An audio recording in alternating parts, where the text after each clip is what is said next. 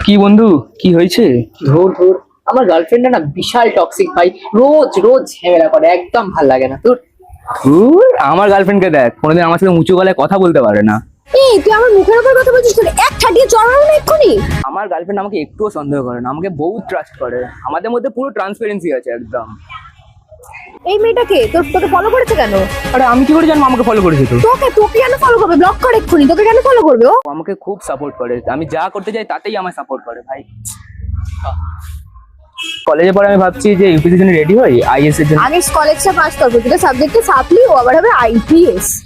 এই যে তোর সাথে এত রাত করে আমি যে বেরোই, আমার কোনদিন পারমিশনের প্রয়োজন হয়েছে? না না আমার পারমিশন নিতে লাগে না। ভাই, কত লাকি তুই, কত ভালো একটা গার্লফ্রেন্ড পেয়ে গেছিস। শোনো না, কি হয়েছে? বলছি আজকে না একটু আমার বন্ধুর সাথে একটু নাইট আউট। Night out? তোকে বারণ করেছিল ওদের সাথে মিশতে, তুই আবার ওদের সাথে ঠ্যাং খোলা করে দেবো মেরে একদম।